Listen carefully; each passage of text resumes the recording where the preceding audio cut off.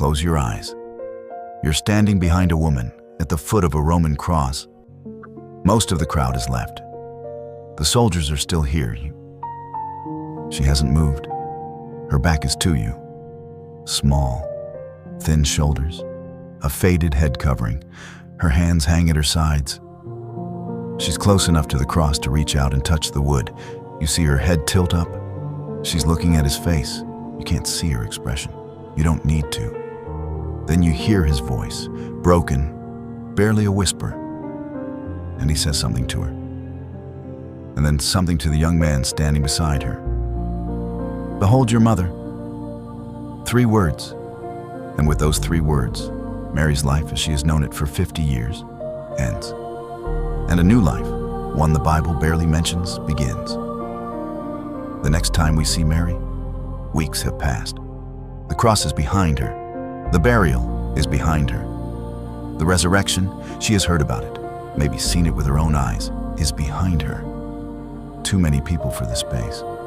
You see faces in the lamplight. Peter by the far wall, John near the window, James and Andrew sitting on the floor. And here's what should surprise you.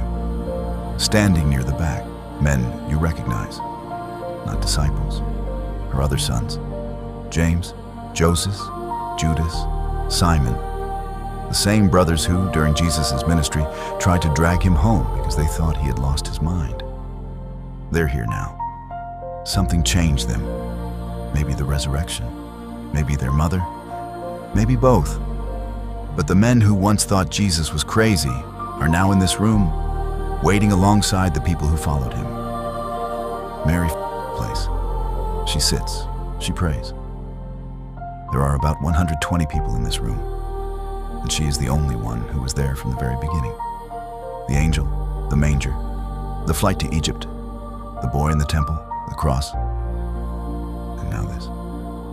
She waits. They all wait. And then, a sound. Not from the street, not from the sky, from everywhere. A rushing like wind, but the windows don't move. The flames on the oil lamps flicker, then something else appears above them. Fire, but not burning. Light, but not from a lamp. Picture Mary's face in this moment. The last time the Holy Spirit came to her, she was alone, a teenage girl in a dark room in Nazareth. That encounter gave her a son. This time she's in a crowded room in Jerusalem, and this encounter gives her something else. A church, a family bigger than the one she raised, a purpose beyond Nazareth, beyond motherhood, beyond everything she has known. She's living in John's house now. Jesus told him to take her, and he did. The same morning rhythm she's kept her entire life. She wakes before dawn. She grinds grain. She bakes bread. She carries water. Her hands know this work the way her lungs know breathing. 50 years of the same motions. The muscle memory of survival. But now, visitors. Every day. People knock on the door. New believers, people who heard Peter preach at Pentecost, people who walked away from the temple and need to understand what they've walked toward. And they all have the same question. What was he like? Picture Mary sitting in the courtyard, an oil lamp burning, a young believer sitting across from her. And Mary, the woman who Luke tells us, treasured all these things in her heart, finally opens that treasury. The angel in the dark room. The journey to Bethlehem. The manger, not a wooden barn, a stone feeding trough in a cave. The shepherds arriving in the middle of the night, breathless, talking about angels. The old man Simeon in the temple taking the baby in his arms and whispering that a sword would pierce her soul. She had carried these stories for over 30 years, alone, in silence. Now the church needed them. And here's the detail that should change how you read your Bible at Christmas. Luke, the author who wrote the most detailed account of Jesus' birth, never met Jesus during his ministry. He was Paul's traveling companion. He collected his information from eyewitnesses. Who was the only eyewitness to the Annunciation? To the birth? To the shepherds? To the boy in the temple at age 12? One person, Mary. Every nativity scene you have ever seen, every Christmas pageant, every time you've heard, and she wrapped him in swaddling clothes and laid him in a manger. That came from her. She told someone, but someone told Luke. Luke wrote it down. Without Mary's testimony, there is no Christmas story. But Jerusalem was not safe. Not for long. Follow Mary through the streets again. But the mood has changed. Roman soldiers aren't just patrolling. They're raiding houses. You hear shouting from a side street. A man is dragged from his home. His crime, following the way. That's what they called it before anyone used the word Christian. Stephen, one of the first deacons, is stoned to death outside the city walls. You don't see it happen, but you see Mary's face when she hears about it. The face of a woman who has already watched one person she loved die at the hands of authorities. And now it's starting again. Acts tells us a great persecution broke out. Believers scattered. Families fled. The community that had gathered around the apostles in Jerusalem began to fracture and spread across the empire. James, not Mary's son, but John's brother, was killed by Herod with a sword. Peter was arrested. The inner circle was being hunted. And at some point, the traditions are consistent, even if the exact date is debated. John made a decision. He had to leave, and he had to take Mary with him. Jesus had told him to care for her. That command didn't expire when the city became dangerous. It became more urgent. Picture Mary walking through a harbor, Caesarea maybe, or Joppa. The smell of salt water and tar and fish. Wooden ships rocking against the dock. Sailors shouting in Greek. She has never been on a ship. She has never left the land of Israel. She's maybe in her 60s, and she's about to cross the Mediterranean Sea. Follow her up the gangplank. Feel the wood shift under her feet. The deck is rough. The sail catches wind. The harbor shrinks behind her. The coastline, the only land she's ever known, disappears over the horizon. Days on the water. The pitch of the ship. The salt air. The stars at night. The same stars she watched from the rooftop in Nazareth. But now they're reflected in an ocean she's never seen before. And then land. The coast of Asia Minor. Modern-day Turkey, the ship docks. She steps onto foreign ground.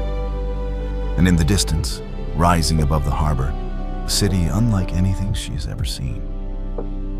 Ephesus, a Roman metropolis of 250,000 people, a pagan goddess worshipped by the entire city. Picture Mary's eyes seeing this for the first time. A woman from a village of 400 people. A woman who grew up in a house carved from rock, now standing in one of the largest, richest, most pagan cities in the Roman Empire. Everything is foreign. The language, the food, the gods on every corner, the marble under her feet instead of dirt. But John is beside her, and the same God who met her in a dark room in Nazareth is the same God standing with her on a marble street in Ephesus. John doesn't take her into the city. He takes her above it. Follow them up a winding path, away from the marble, away from the noise. The Turks would later call this place Bulbul Dagi, the mountain of nightingales. Near the top, a clearing. And in that clearing, a small stone house, one main room, a sleeping chamber on the side, a fireplace, windows set high in the walls, a flat roof, a spring flowing nearby with fresh water. Look at it. Really look at it. It's almost identical to the house in Nazareth. Stone walls, simple doorway. Dark interior lit by oil lamps. Small, modest, quiet. The woman who said yes to an angel in one stone room will spend her final years in another stone room. Different country, different mountain, same kind of house, same God inside it. In 1881, a French priest followed the written descriptions of a German nun named Anne Catherine Emmerich, who had never left Germany, and found a small stone structure on this exact hillside, matching every detail she described. Archaeological investigation revealed that the lower foundations date to the 1st century. The structure measures roughly 7 by 7 meters. 3 popes have visited: Paul VI, John Paul II, Benedict XVI. Christians and Muslims both make pilgrimage here. Outside the house, a wall is covered with thousands of handwritten prayers tied to the stones by visitors from every country on earth. Was this actually Mary's house? We cannot prove it. But the foundations are the right age, in the right city, matching the right tradition. Now step inside with her. The room is cool. The stone holds the mountain air. An oil lamp burns on a ledge. The same kind of lamp that burned in Nazareth. The same kind that burned in the upper room. She sets down the bread she's carrying. She kneels. She prays. The same prayer she has prayed every morning and every evening since she was a girl. Hear, O Israel, the Lord our God, the Lord is one. The same words, different walls, same woman, same faithfulness. The most important woman in Christian history left no writings, no autobiography, no memoir. But she left something more powerful. She left her memory. The angel in the dark room, the manger, the shepherds, the old man's prophecy, the boy in the temple saying, "I must be in my Father's house." She carried those stories across a desert, across a sea, up a mountain, and she gave them away.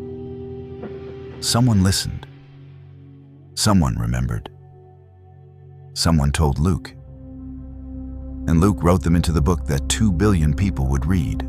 Every Christmas morning, every nativity scene, every choir singing about a manger and a star. 2,000 years later, on a mountain of nightingales, the echoes haven't stopped. Step back, see the whole arc. A teenage girl in a dark room in Nazareth, saying yes. Grinding grain the next morning because the bread still needed to be made. A manger in Bethlehem, a flight to Egypt. A boy who wasn't quite like other boys. 30 years of ordinary life in an ordinary village. Then, watching him leave, watching him preach, watching him heal, watching them turn on him. Standing, not falling, at the foot of the cross, the upper room. The Spirit falling, a new beginning at 50 years old. The story's finally told, the journey across the sea. A small stone house on a mountain where nightingales sing. And a quiet end, somewhere, sometime, unrecorded. The most famous mother in history spent her final years the way she spent her first. Unseen, faithful, doing the same simple things she had always done.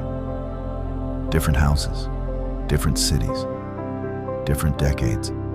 The same hands grinding grain, the same voice blessing bread, the same woman trusting a God who asked everything and explained almost nothing. From Nazareth to Ephesus, the story never changed. God chose the small life, the quiet life, the life nobody writes about, and He called it enough.